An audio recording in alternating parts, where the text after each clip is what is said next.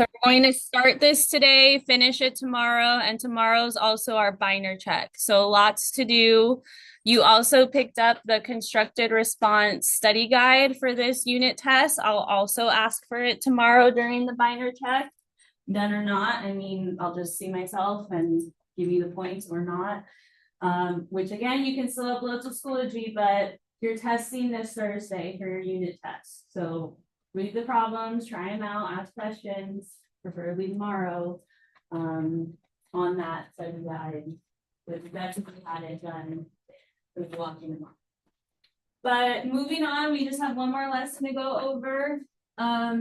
Linear functions, which was lesson 11, is a specific type of function. So someone asked, like, we were talking about if things are linear or not. They're like, isn't it still a function because it passes the vertical line test? Yes, that's true. But there's a difference if I'm asking you if something's a function or if I'm asking you if it's a linear function. If it's linear, it's a straight line. Okay, so things can still be functions and not be linear. So just keep that in mind. It's like asking you if this square is also a rectangle. Like all squares are rectangles, but if I asked you, is this rectangle a square? That may or may not be true. So this last type of function we're going to talk about is a piecewise function. When you look at your notes under this problem, you see I bolded the word piecewise function. So you could write a little definition to yourself. So here's the definition. And you can make it more user-friendly. It's probably hard to understand at first. But a piecewise function is a function defined using different expressions for different intervals in its domain. So it's a function defined using different expressions for different intervals in its domain. Now, expressions are just things without equal signs. So it can be numbers, look up here. It can be numbers. It could be variables, although it'd be weird if it was variables for this, but expressions can be numbers, variables, it can be both. It can be long, like it could be multiple terms. That's just like saying a rule. So there's different rules for different intervals, like different parts of the domain. What's another word for domain? All the x values or the inputs. So you can write that down if you want. Hopefully you're not just now starting, right? Switch your gears. But piecewise functions have different rules for different parts of the exit. So when we go back to the frozen yogurt example, that's at the top of this note sheet.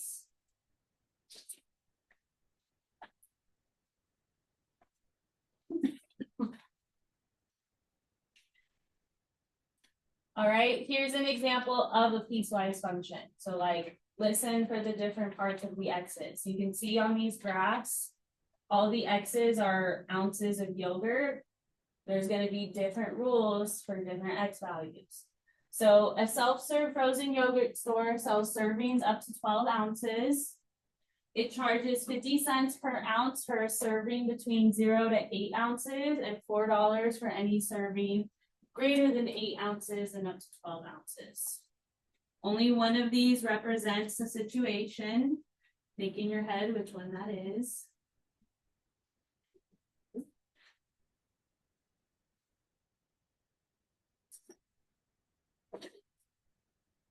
All right, raise your hand if you think graph A best represents this.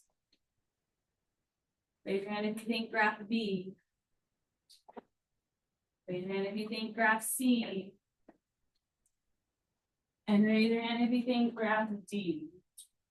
Okay, I literally saw written below. Let's try again. Read it to yourself. I already read it to you. The paper on the screen.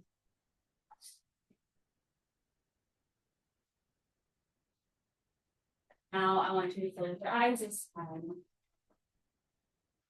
If you have the answer in your head for which one you think best represents it. All right, close your eyes. Raise your hand if you think it's A. Raise your hand if you think it's B. Raise your hand if you think it's C. And raise your hand if you think it's D. Okay, put your hands down and open your eyes. B is correct. Because it has different rules for different ounces. For 0 through 8 ounces of yogurt, it costs 50 cents per ounce. So that's an expression. 0.50x is an expression. And then beyond that, it's just $4 flat for 8 to 12 ounces. So this is an example of another expression.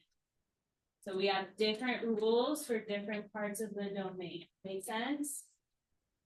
That makes it a piecewise function. All the other ones weren't even realistic because they didn't have difference. Just had the same rule throughout.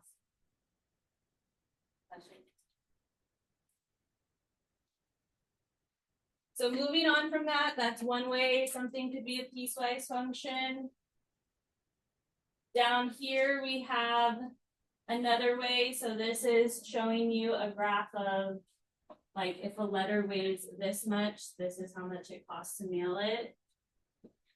So I'm going to ask you the answers for number 1 here in a second.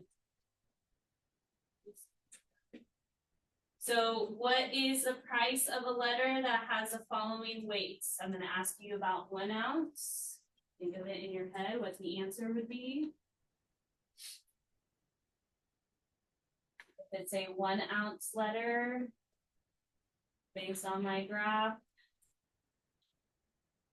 how much does it cost to mail it?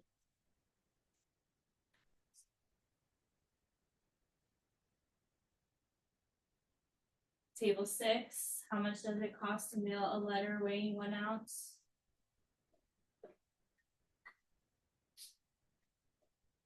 Did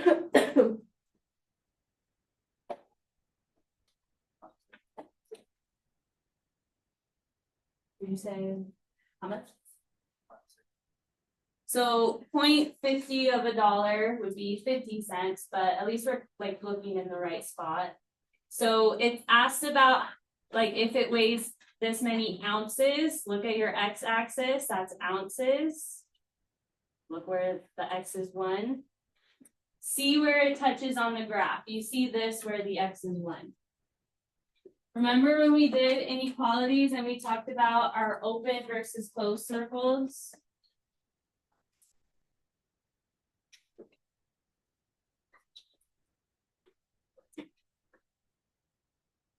Okay. Do you remember when we did inequalities and we talked about our open versus closed circles? If it was open, is it included in the answer set? Or anything you said? If it was closed, was it included in the answer set? Yes, it's like bubbling an answer on a test. If I leave it open, it's not the answer. So there's still only one price. They're showing you the difference for if it's an open versus a closed circle. The price for 1 ounce is 50 cents. That answers that one. So basically what this says is that it's a certain price before it's up to 1 ounce. Then it's a different price after that up to 2 ounces. A different price after that up to 3 ounces and so on. All right. Have in your head the answer for 1.1 ounces.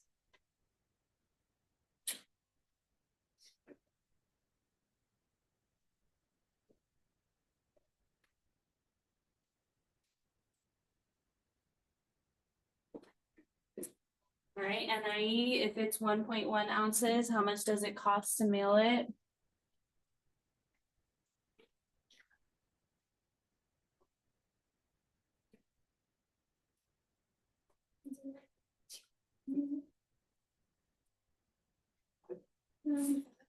Okay, good. So it's a little bit under that. So however you want to estimate it, but near this value is good. So 0.71, 0.7, however you estimate that. And that's good because here's like where 1.1 would be on the X. Here's where it touches on the Y. That's that price. All right. As soon as it's above 1 ounce, it's a different price. Not lastly, we're going to do one more of this. Tatum, if it's 0.9 of an ounce, how much does it cost to mail it? 50 cents. Because 0.9 is here on the x-axis. Here's where it touches on the graph. Here's that y value that goes with it. Good. Any questions? Okay, we're going to skip this part. We're going to go to the next page. So here's another way that they could represent it. Like instead of just having you read the graph, they might have you make the graph. You will have to do that on your test. So be able to read and say what the prices would be and what the graph would look like. So this represents the dollar cost of renting a bike from a bike sharing service for 2 minutes. Here's the rule. I know it looks like scary, but it's honestly like reading a menu. And if you know your function notation, it should be easier to figure out what's going on. So like, what's the input in this situation?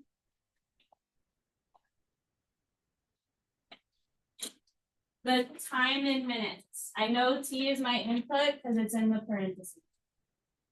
And it says in here, T minutes.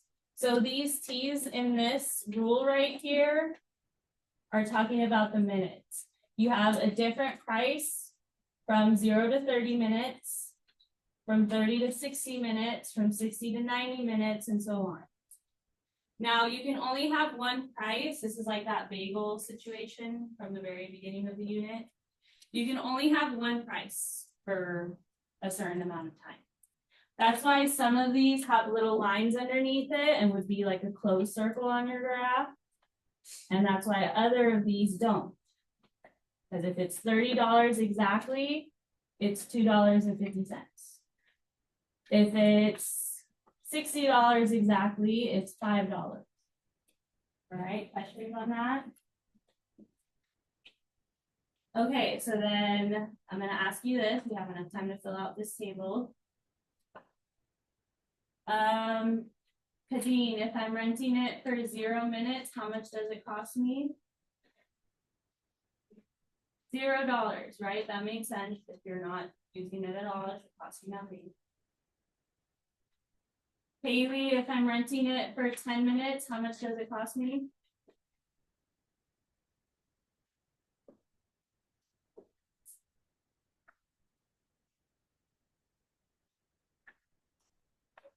All right, so look at all of these. You see with my mouse? Where does the 10 best fall? Does it fall between 0 and 30?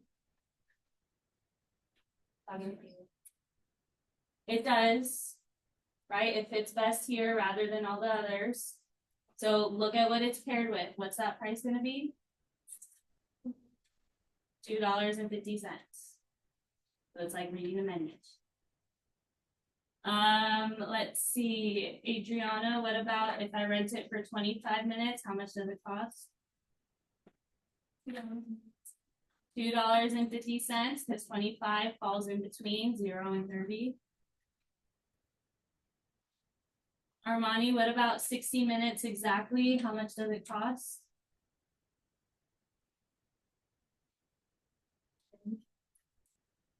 So actually, this row is where you need to look because it has the 60 and it has the little line underneath. So where it could be less than or equal to 60, it's actually going to be $5 for 60 minutes.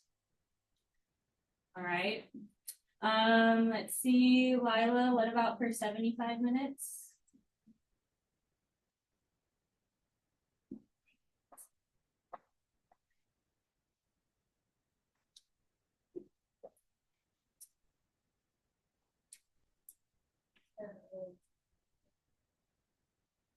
So which interval best fits the 75? Is 75 between 0 and 30?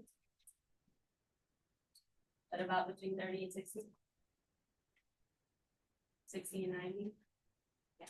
So since it fits best in that interval, it's going to be this price, which is $7.50. We'll finish this tomorrow, but you guys have some things to work on and be ready for your binder check tomorrow.